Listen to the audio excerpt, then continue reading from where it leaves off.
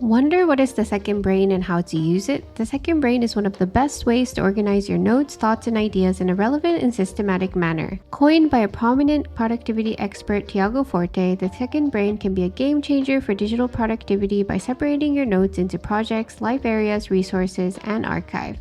Notion is a great tool for keeping a second brain because of its customizability and all-in-one capabilities. In this video, we'll be giving a tour and tutorial of our ultimate second brain Notion template. If you find this useful, be sure to like, subscribe, and turn on the notification bell. When you first open up this template, you'll notice the following sections. On the left-hand side, you'll notice a menu where you can add a new note. There's also a navigation system where you can easily go to your mobile view, inbox, projects, areas, resources, and archive, as well as a review for weekly and monthly. Then we have the databases that you should definitely not delete or the template is not going to work, but we keep it here for your reference. Then on this side, you'll notice the notes inbox, and this is where all of your new notes end up that is not tagged with the folders.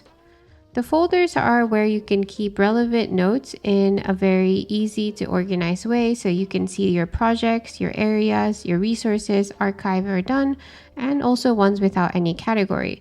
And this uses the para method where you can easily organize your notes and know exactly what relevant things you're trying to look for. Then we have our weekly and monthly review where you can review every week and every month and also see the ones that you've completed. And underneath there, you can see all of your notes by last edited, need to review, by type, created date, archived, and a view all. So the first thing we would recommend you to do when you start using the second brain template is to create your folders. So the folders are where you're going to be storing your notes. So it's really important that you have relevant and important folder areas. So the first one is going to be projects. So if you want to add a new project folder, all you have to do is click plus new inside here, and we can just click plus new. So let's say that you have a new project to write a book.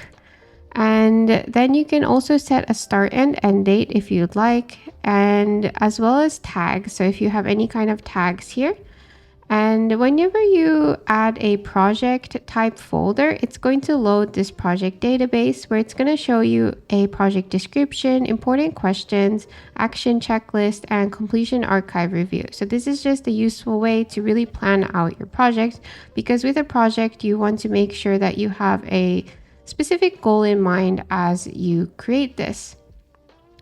And once you have that, you have the option to add notes inside of here relevant to this project folder.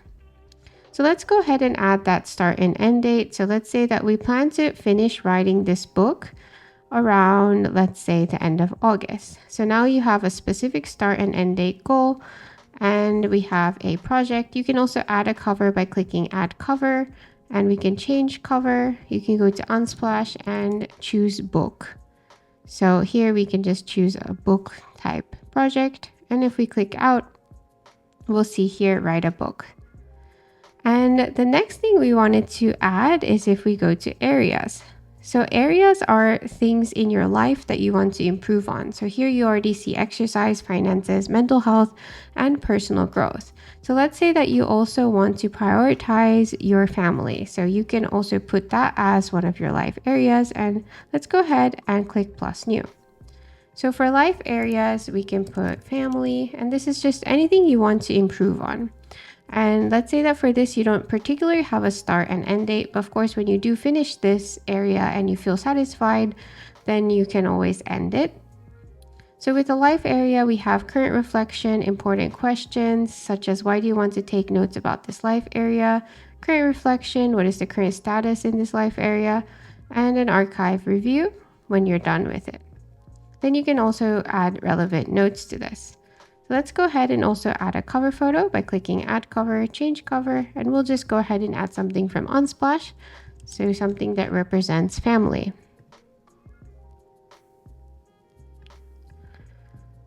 So now we have our family here.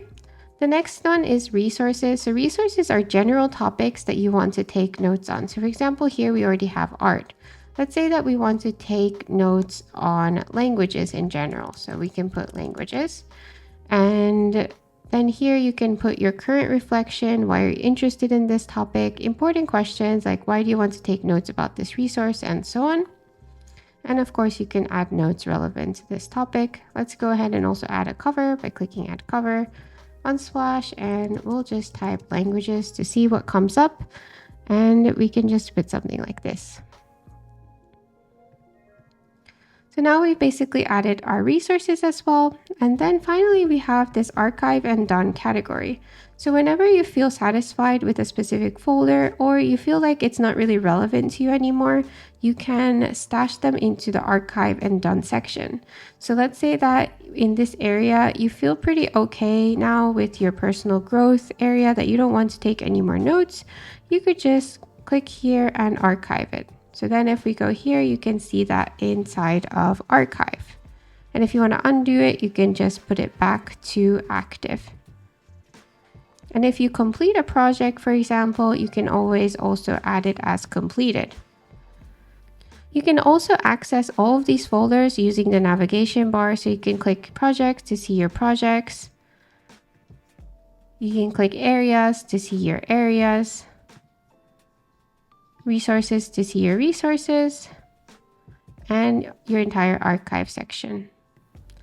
The next thing that's really important with a second brain is taking notes. So after you have your folders determined with projects, areas, resources, then you're ready to take notes. And when you take a note, you can either add it through your notes inbox, where you can simply click plus new here.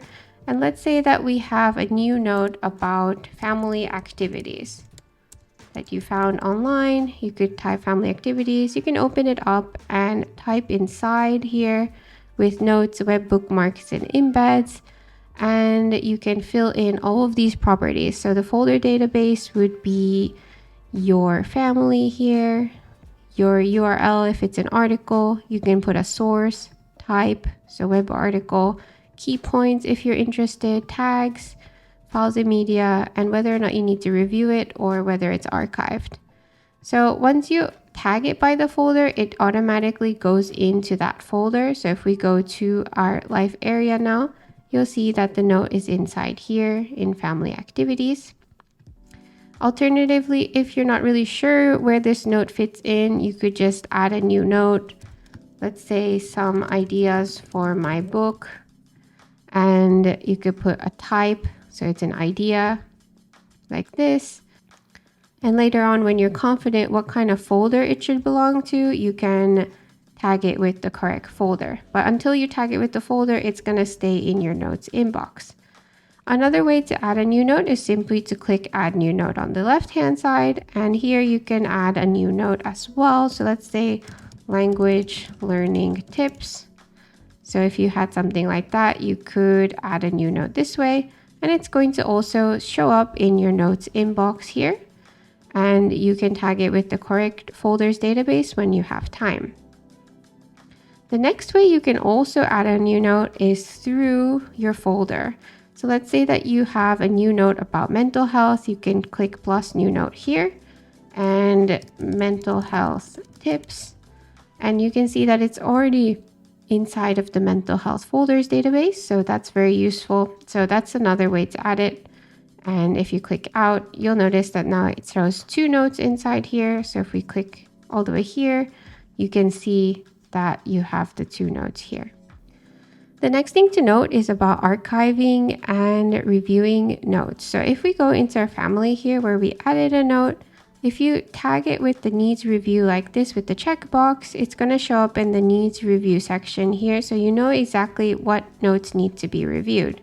And if we click out, you can see that you have these two notes that you need to review. And when you're done reviewing it, you can check it off again and it doesn't show up here anymore. So this is a really good way to sort of track your notes that you need to read over again. The other thing is that you can actually archive notes. So if we go here and we click archive, it's going to disappear from your main view in your notes. And it's also going to not show up in your number of notes anymore. So it basically allows you to weed out the unnecessary notes that you might have taken or that are not relevant for you anymore. The next section we wanted to show you is relating to your weekly and monthly reviews. So every week you can add a new weekly review by clicking here, weekly review. and you can open it up and decide the start and end. So let's say that we start here and we're going to end on the same day like this for 1 week, and it's a weekly review, so you can click weekly review. And when you click it open, it's going to show you a template and checklist. So your weekly review checklist is to check your notes inbox, and move to the folders or archive the notes. So as you can see in the notes inbox, we have 2 notes that have not been tagged by the correct folder. So we're going to go ahead and finish that up. So this one belongs to languages, and this one belongs to write a book. Next, check if your active folders are relevant. So it's always important to check off whether or not your folders are still relevant to your life right now. And if it's not, you should just archive them or complete them. So let's say that you're no longer going to publish a book and you have a completely new idea. You can go ahead and click the button here and archive or complete it. The next step is to determine if you need to add new folders. Your life constantly changes, so it's really important to stay relevant to that. If not, you can check it off. You can scroll through all your notes and see if you find anything new. So another thing that's really important is just to kind of randomly scroll through your notes once in a while and see if you find any inspirational or interesting bits of information.